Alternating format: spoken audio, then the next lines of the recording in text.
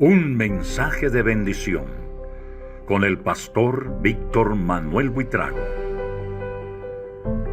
Muy buenas, Dios les bendiga. Espero que este día sea un día de bendición para todos nosotros.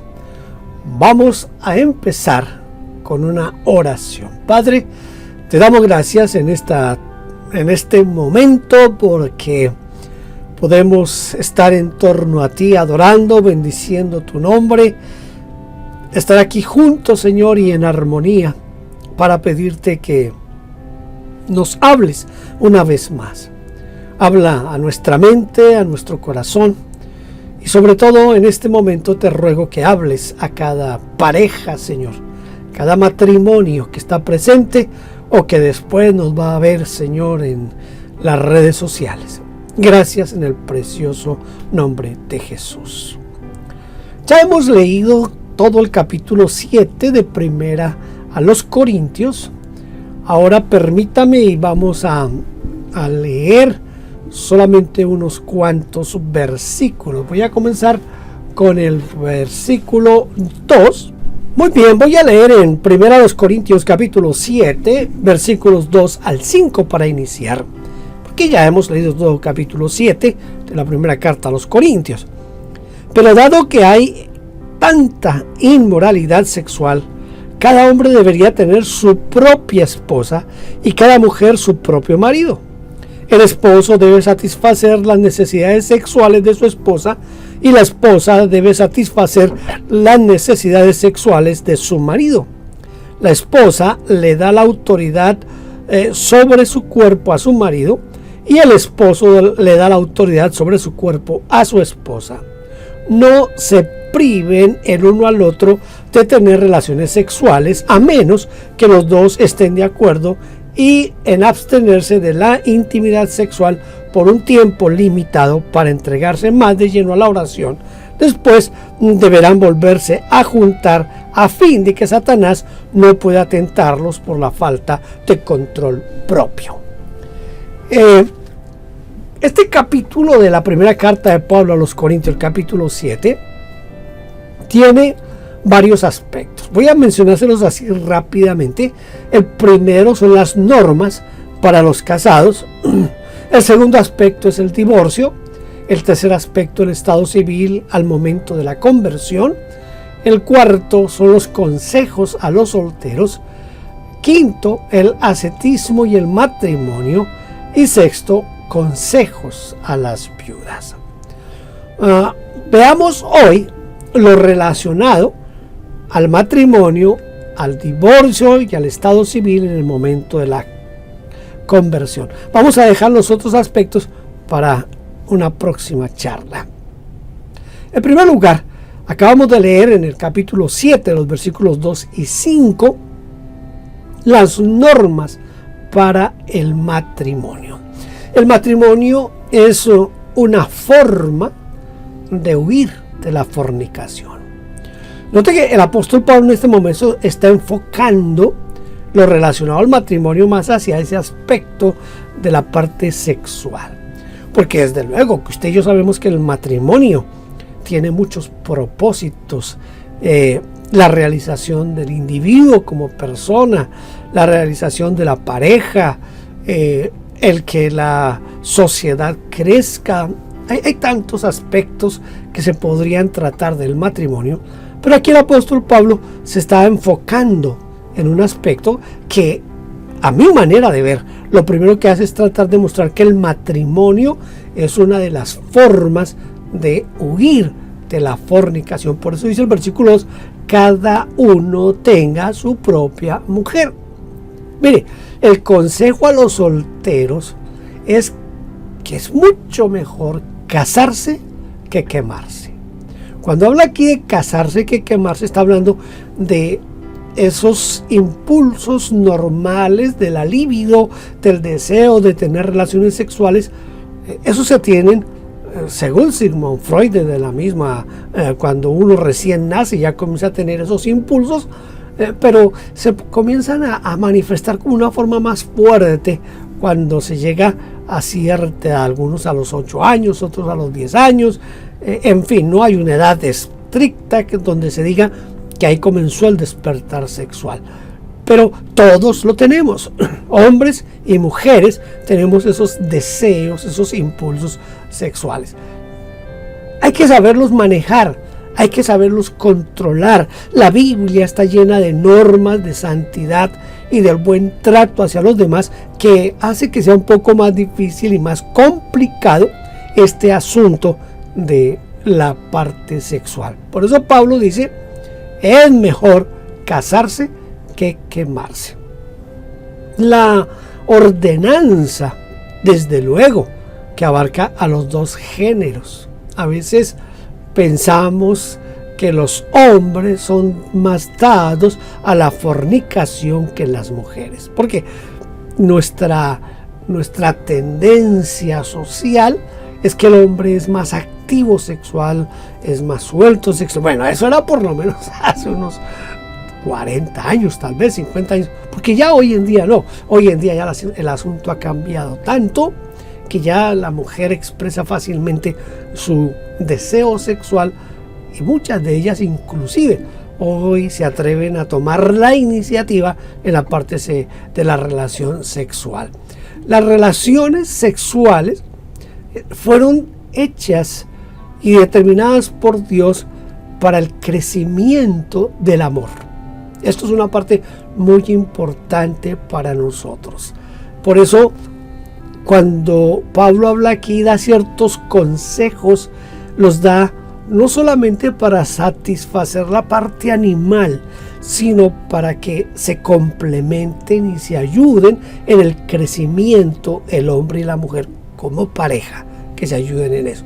Por eso quiero mostrar o como recalcar un poquito las obligaciones del marido. Dice que debe cumplir el deber conyugal.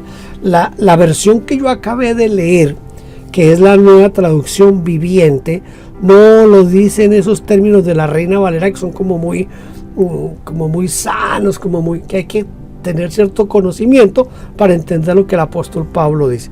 Aquí dice que dado que hay tanta inmoralidad sexual, hablando de que es mejor casarse que quemarse, dice que el esposo, el versículo 3 dice, el esposo debe satisfacer las necesidades sexuales de su esposa. Es decir, que el hombre debe cumplir con la parte sexual con la mujer. Tanto el uno como el otro tienen o tenemos necesidades sexuales. Entonces, esto es un asunto que debe darse de mutuo acuerdo, pero el hombre tiene que satisfacer las necesidades sexuales de la esposa. Esto implica relaciones sexuales placenteras, es decir, que haya disfrute, que haya goce en ese asunto. A mí siempre me ha llamado la atención cuando Sara, la esposa de Abraham, escucha que ella va a tener un hijo. Una de las primeras cosas que ella menciona es que acaso a esta edad puedo sacarle disfrute, goce al sexo, porque eso es lo que ella trata de decir allí cuando, ya era una mujer de 80 años y ella se está preguntando si a esa edad se puede sacar disfrute del sexo. El sexo debe producir placer, y debe producir placer tanto al hombre como a la mujer. Entonces se debe procurar la satisfacción de la mujer. Esto implica, escúchenme hombres, implica autonegación. No puede tener cabida el machismo. Por el contrario, debe existir el reconocimiento de ella.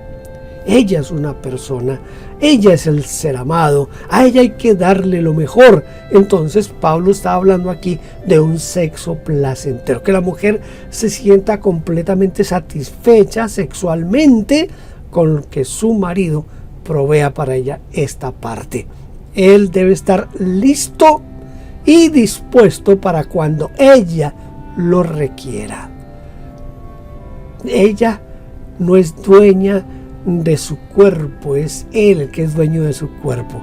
Dice que en cierta manera, esto es algo recíproco, ni yo me pertenezco a mí solo, ni ella se pertenece a ella sola, sino que ella me pertenece, hablando sexualmente, su cuerpo me pertenece a mí, como mi cuerpo sexualmente le pertenece a ella, a mi esposa. Entonces, el uno y el otro tienen que estar dispuestos a la satisfacción sexual en el momento que uno de los dos lo pida, lo reclame. Ahora, en cuanto a la esposa, hay una obligación también de la esposa, que ella también debe de cumplir el deber conyugal con el esposo, es decir, que debe tener relaciones sexuales placenteras con el esposo. Ella debe procurar la satisfacción de él. Esto implica autonegación. Ella no es dueña de su cuerpo. Mire, mujeres, escúchenme. Cuando el hombre tiene ciertas fantasías sexuales, él las quiere satisfacer con su esposa. ¿Qué mejor que tener una relación placentera con la esposa? Cuando el hombre no encuentra eso en su casa, entonces busca en otro lugar. Hay una canción de Sandro por allá de los años 70 que se llama Le puede pasar a cualquiera. Y lo que hace Sandro en esa canción es mostrar cómo la rutina en la pareja, en el matrimonio, puede llevarlos a que algo que no se quería, que no se pensaba, que no era premeditado, pueda llegar a pasar. Y es el llegar a la infidelidad. A veces se hace todo tan rutinario que se acaba el placer, se pierde el placer. Tenemos que mantener la llama viva del placer sexual si queremos mantener un matrimonio de éxito. La mujer también debe cumplir con la parte sexual y hacer que su esposo se sienta completamente satisfecho en la parte sexual y no tenga necesidad de buscar por otro lado. Hay un peligro de esa negación egoísta.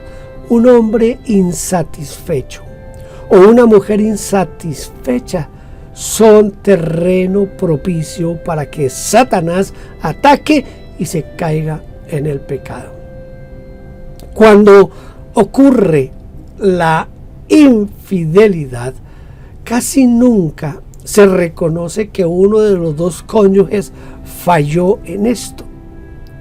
Es verdad, supongamos que yo asumo tener una relación extramatrimonial, yo ya soy una persona adulta, que yo asumo las consecuencias, pero hay que mirar hasta dónde la esposa como que fue un factor que ayudó, que empujó a que uno como hombre busque una relación extramatrimonial. No estoy culpando a la mujer, no es esa mi intención, no, yo no quiero decir que siempre que el hombre cae en adulterio o siempre que la mujer cae en adulterio es estrictamente culpa del otro. Siempre será culpa de los dos, siempre, pero habrá más culpa en uno que en el otro, habrá más responsabilidad en uno que en otro, desde luego, eso no se puede discutir. Pero pensemos hasta dónde el uno propicia, ayuda, empuja a que el otro busque por fuera. Tenemos que meditar bien en eso. Pablo aquí está tratando de decirle a los hermanos de Corinto: revisemos nuestro actuar, revisemos nuestra parte sexual y veamos hasta dónde yo puedo empujar al otro hacia el adulterio, hacia una relación sexual extramatrimonial. Pablo advierte que la única razón para negarse el uno al otro es de mutuo acuerdo. Yo quiero hacer énfasis aquí, mutuo. Mutuo quiere decir que es de los dos, no de uno solo, es de los dos. Ella no puede decirle al esposo: hey, es que yo voy a dedicarme 8 días al ayuno y a la oración, entonces durante estos 8 días nada de relaciones sexuales. No, él tampoco puede hacer eso. tiene que haber un mutuo acuerdo, si es ella o es él quien van a entrar en un tiempo prolongado de ayuno, tienen que hablarlo, dialogarlo y decir, voy a entrar y durante el tiempo no quiero tener relaciones sexuales, ¿estás de acuerdo o no estás de acuerdo? Note que Pablo dice mutuo acuerdo. Y esto, dice Pablo, para ocuparse de la oración. Esto no es no, es para dedicarse a la oración. No es suficiente, escuche, con entregar el cuerpo. Se necesita entregar el corazón, la mente, el espíritu. Pablo dice juntarse en uno. Cuando habla de juntarse en uno, no es solamente el acto sexual nos convierte en uno. ¿Sabía eso, verdad? El acto sexual nos convierte en uno, pero aquí Pablo nos está llevando algo más allá que la simple unión física. Se está hablando de que están unidos en su mente, en su cuerpo, en su alma, en su espíritu, en sus sentimientos, se han convertido en uno. Esa es la gran importancia de la relación sexual dentro del matrimonio. Yo sé que esto es un espacio muy corto para tratar aspectos profundos acerca de esto, pero escúcheme, procuremos satisfacernos mutuamente en el matrimonio. En segundo lugar, en el capítulo 7 del versículo 10 al 16, el apóstol Pablo nos habla de otro asunto ya un poco, no completamente diferente, pero ya como dejando a un lado esta parte. Dice, no obstante, para los que ya están casados, tengo un mandato que no proviene de mí, sino del Señor. La esposa no debe dejar a su marido, pero si lo deja, que no se case de nuevo, o bien que se reconcilie con él, y el marido no debe dejar a su esposa. Es decir, que Pablo ahora entra a tratar aquí el asunto del divorcio. El divorcio y el nuevo matrimonio. El divorcio no es algo recomendable. No es algo recomendable. Recuerdo cuando le preguntaron al Señor Jesús y él dijo, pero al principio no fue así. Es decir, el plan de Dios, la norma de Dios, lo que Dios quiere es que la pareja se mantengan unidos hasta que la muerte los separe. Por eso el matrimonio no es algo deseable, no es algo recomendable. ¿Por qué razón? Mire, le voy a mencionar aquí algunas cosas así rápido. El matrimonio es un fuerte dolor para el cónyuge herido. El divorcio es un fuerte dolor para el cónyuge herido. Deja un dolor profundo. Hace unos años yo leí una tabla que se hace para los problemas que nosotros tenemos a nivel psicológico, vamos a decir. Les han dado un puntaje. Entonces, que perdió el trabajo, le dan una cantidad de puntos, que peleó con el hijo, le dan una cantidad de puntos, que se le murió el hijo, le dan una cantidad de puntos. El asunto es, ya para esta época no recuerdo, pero eso en esa tabla había como un máximo de puntaje para que la persona no pierda la razón, pues. Y sabe, uno de los ítems que más recibía puntos era el divorcio, la separación. No era ni siquiera la muerte del cónyuge, porque cuando se muere el cónyuge, el dolor puede permanecer, digamos, 3, 4, 5 meses, aunque yo conozco algunos que a los 6 ya están vueltos a casar.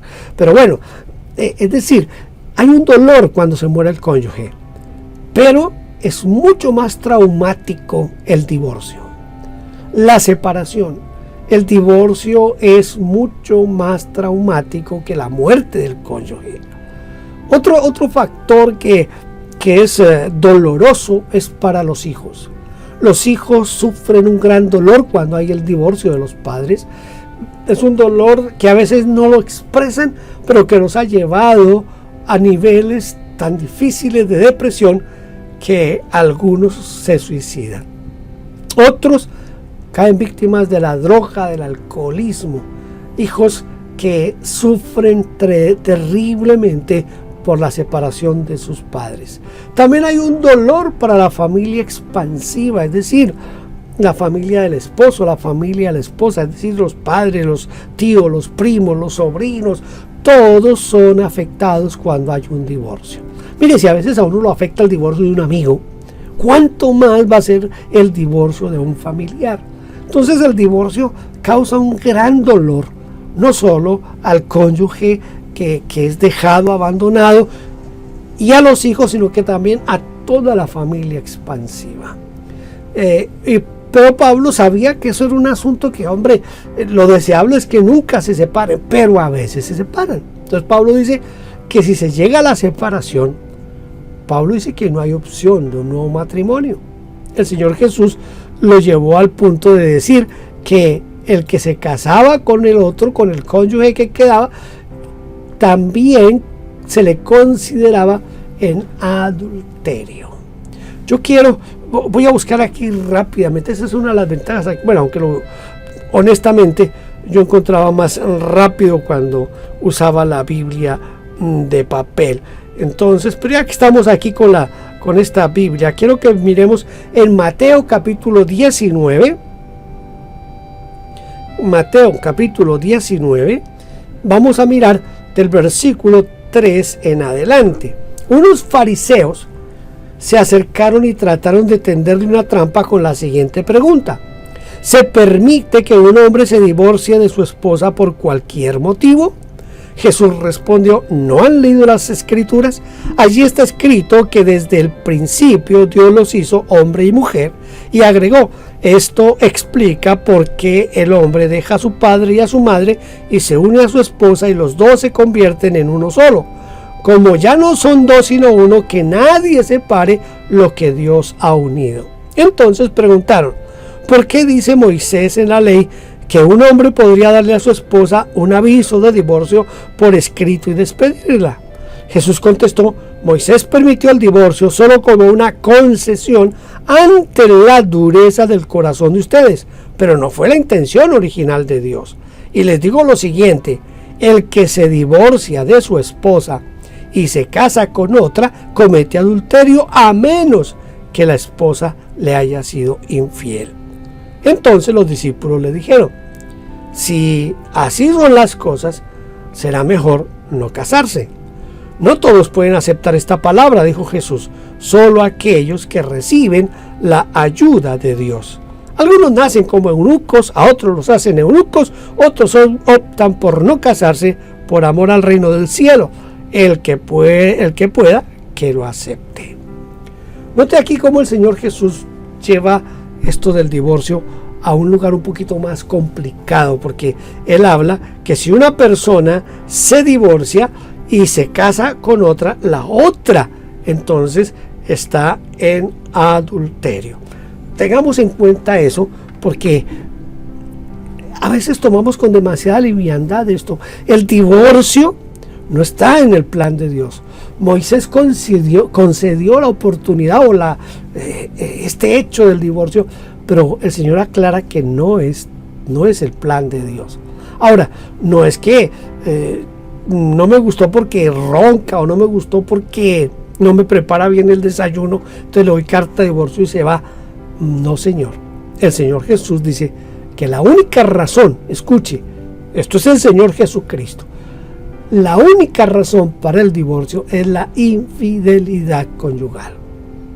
Entonces, si no fue eso, no hay manera de divorciarse. Arreglen las cosas, háblenlas, busquen consejería, busquen ayuda, pero no, es más, yo siempre he dicho que en el matrimonio nunca se debe mencionar la palabra divorcio, nunca, ni por chiste, siempre tenemos que pensar en que cualquier dificultad que tengamos puede ser solucionada a través del diálogo. Luego Pablo menciona los matrimonios mixtos. Este es otro asunto un poquito complicado. Ahora me dirigiré al resto de ustedes, aunque no tengo un mandato directo del Señor. Si un hombre cristiano está casado con una mujer que no es creyente y ella está dispuesta a seguir viviendo con él, no debe abandonarla. Y si una mujer cristiana tiene un esposo que no es creyente y él está dispuesto a seguir viviendo con ella, no debe abandonarlo, pues la esposa cristiana da santidad a su matrimonio y el esposo cristiano da santidad al suyo. De otro modo, sus hijos no serían santos, pero ahora son santos. Ahora, en el versículo 15 dice: en cambio, si el esposo o la esposa que no es creyente insiste en irse, dejen que se vaya. En esos casos, el cónyuge cristiano no está ligado al otro, porque Dios los ha llamado a ustedes a vivir en paz. A vivir en paz. Si se vive con un no creyente y este no estorba la fe, pues no debe haber separación. Manténganse juntos. El único lío, siempre he pensado que el único lío que se puede dar es ese lío de los hijos, cómo los vamos a educar. Pensemos en un cristiano casado con un católico, independiente de quién sea quién. ¿Vamos a bautizar al niño o no lo vamos a bautizar? ¿Lo bautizamos o lo presentamos? ¿Va a ser la primera comunión o esperamos a que se bautice cuando tenga cierta edad? Todo eso va a ser un poquito de complique, a menos que se dialogue, a menos que se hable, a menos que se razone.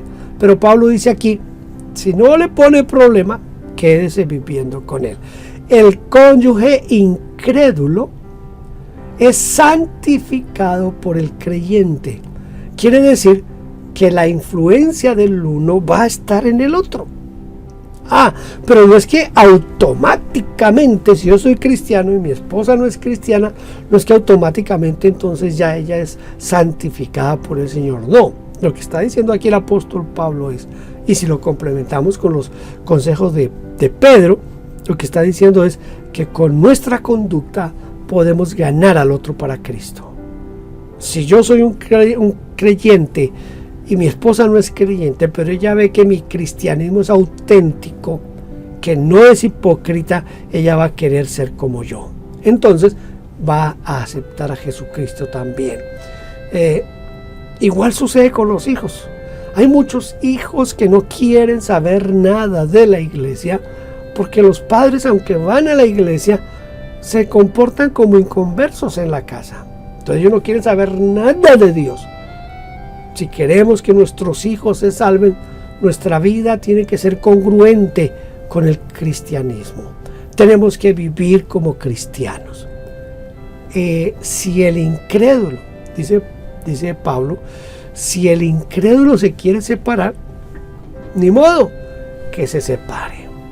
Pero yo quiero hacerle aquí dos salvedades. Número uno, note que él al principio de esta sección, él dice: yo tengo consejo, no es del Señor. Este consejo es un consejo dado por mí. Mira lo que dice, para que entendamos. Ahora me dirigiré al resto de ustedes, aunque no tengo un mandato directo del Señor. O sea, este asunto del vivir con el inconverso o separarse, Pablo está aclarando que eso no es un mandamiento directo del Señor, sino que es un mandamiento o un consejo hecho por el apóstol Pablo y no por el Señor.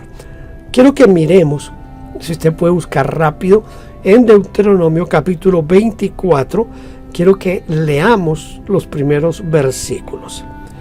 Supongamos que un hombre se casa con una mujer, pero ella no le agrada. Resulta que él encuentra algo reprochable en ella, entonces le escribe una carta de divorcio, se la entrega y la echa de su casa.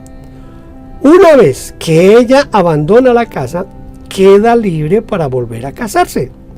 Sin embargo, note lo que dice aquí Moisés. Sin embargo, si el segundo marido también la desprecia y se divorcia de ella o se muere, el primer marido no podrá casarse de nuevo con ella, porque ha quedado impura. Sería un acto detestable a los ojos del Señor. No debes manchar de culpa la tierra que el Señor tu Dios te da como preciada posesión. ¿Por qué les leo este texto?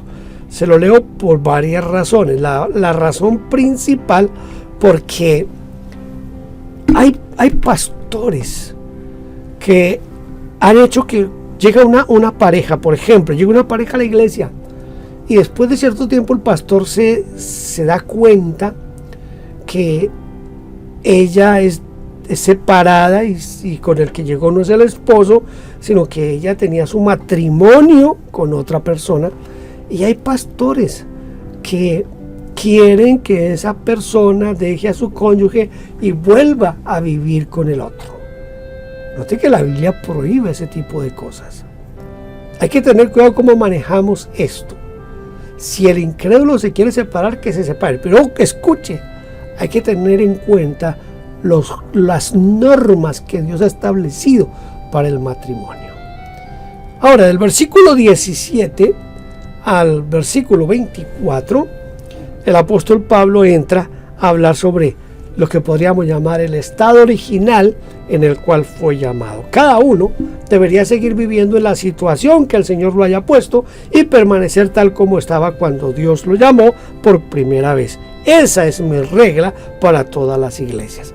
Por ejemplo, un hombre que se circuncidó antes de llegar a ser creyente. Aquí el apóstol Pablo ya entra a dar un ejemplo con la circuncisión. Pero recuerde que está hablando aquí del matrimonio. Hasta aquí, hasta este versículo, está hablando claramente del matrimonio. En el estado en que Dios lo llamó, así se quede. Yo no tengo como pastor que ponerme a expulgar allá, a escarbar la vida de los cristianos, de los miembros de la iglesia, y si encuentro que llegaron dos que no están casados porque ella era casada o él era casado, se separaron, se unieron, con el primero no hubo ningún tipo de relación matrimonial en el sentido de tener familia, de tener hijos, pero ahora con este que están viviendo es una familia completa, viven bien, se tratan bien, tienen hijos, está todo bien. ¿Cómo se me va a ocurrir a mí decirles que tienen que separarse? Eso no es humano, eso no es ser una buena persona en el trato, porque hay que pensar en los hijos. Bueno, listo, es que la Biblia dice que usted está en adulterio, en fornicación, porque no se casó. Eso es un asunto que se podría tratar en otra predicación.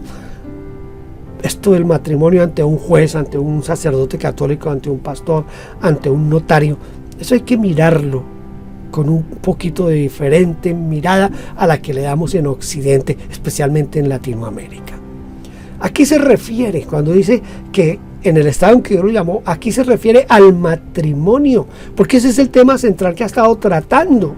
Cuando comienza a hablar de la circuncisión, comienza a hablar como ejemplo para que entendamos las cosas del matrimonio, nos habla sobre la circuncisión. El nuevo nacimiento nos hace nuevas criaturas. Dice, si alguno está en Cristo, nueva criatura es, las cosas viejas pasaron, he aquí todas son hechas nuevas. Es decir, que ahora somos reconciliados con Dios. ¿Entiende? Reconciliados con Dios. Hemos vuelto a la comunión con Dios por medio de aceptar el sacrificio de Cristo en nuestras vidas. La sangre de Cristo nos compró. Fuimos comprados a precio muy alto. El precio que se pagó por usted y por mí fue la sangre de Cristo Jesús. Fuimos comprados a precio de sangre. Dios sabía cómo vivíamos y aún así nos buscó. Porque recuerde que es Dios quien nos busca, no nosotros a Dios. Dios nos busca. Aquí es donde para mí adquiere mucho significado lo que dice Romanos 5:8. Que aunque éramos pecadores, dice Dios muestra su amor para con nosotros en que siendo aún pecadores, Cristo murió por nosotros. Es decir, Dios sabe cómo vivo yo, Dios sabe quién soy yo, y a pesar de que Él sabe quién soy y cómo soy, me buscó, me llamó y me salvó. Quedémonos en el estado en que Dios nos llamó. Él conocía nuestro estado civil. A Dios eso no lo tomó por sorpresa. Uy, este man no era casado y yo lo traje a la iglesia, ¿ahora qué hacemos? No, el que se pone en esos problemas es el pastor. ¿Y sabe por qué? Porque no conoce y no lee la Biblia.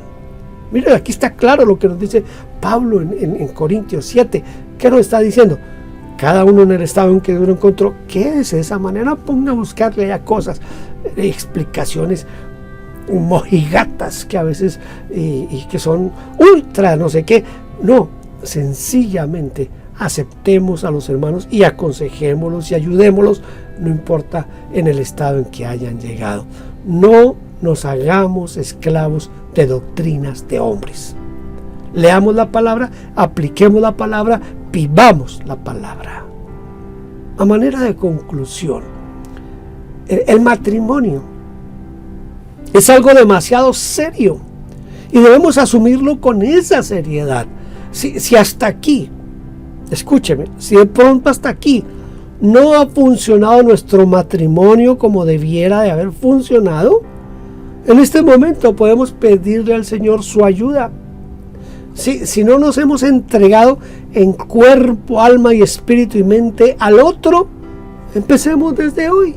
Podemos hacerlo a partir de hoy. Mire, no se deje robar la bendición por conceptos puramente humanos. Mire, Dios lo llamó y Él sabía cuál era su condición, pero aún así, escuche, Dios se arriesgó a salvarlo. Deje a un lado esos complejos de culpa y acérquese confiadamente al trono de la gracia. Todos los matrimonios tenemos dificultades, diferentes niveles de dificultades, unos por un lado, otros por el otro, pero escuche, para todos hay un remedio: acercarnos a Cristo Jesús, pedirle que nos ayude y Él nos va a ayudar. Padre, en este momento te doy gracias por esta palabra que hemos anunciado. Te suplico en el nombre de Jesús que tu Espíritu haga el resto, que tu Espíritu fije en la mente, en el corazón, en el alma de mis hermanos los principios y las verdades que son tuyas, Señor. Bendice cada matrimonio aquí presente, cada pareja aquí presente, Señor. Bendícelos a ellos y bendice a sus hijos, a sus familias. Y Padre, cuando ellos estén en dificultades, te ruego que ellos tengan el valor o de hablarlo entre ellos o de buscar ayuda. Para eso estamos los pastores, para eso estamos los consejeros familiares, para eso estamos los consejeros matrimoniales, Señor. Ayúdanos a recurrir a ellos. En el nombre de Jesús te lo ruego, Señor. Hay heridas, sánalas en este momento. Sana las heridas, Señor, que haya en los matrimonios y glorifícate de una manera especial. Aquellos que me están viendo por las redes sociales, Señor, yo pido que tú los ayudes, los bendigas y los guardes. Sánales también, Señor, si están en problemas, en dificultades. Si alguno de sus cónyuges siente que no puede perdonar al otro, te ruego que tu Espíritu en este momento lo toque y le haga sentir la necesidad de perdonar, Señor. Gracias en el nombre de Cristo Jesús. Amén y amén. Dios les bendiga. Nos vemos el próximo culto.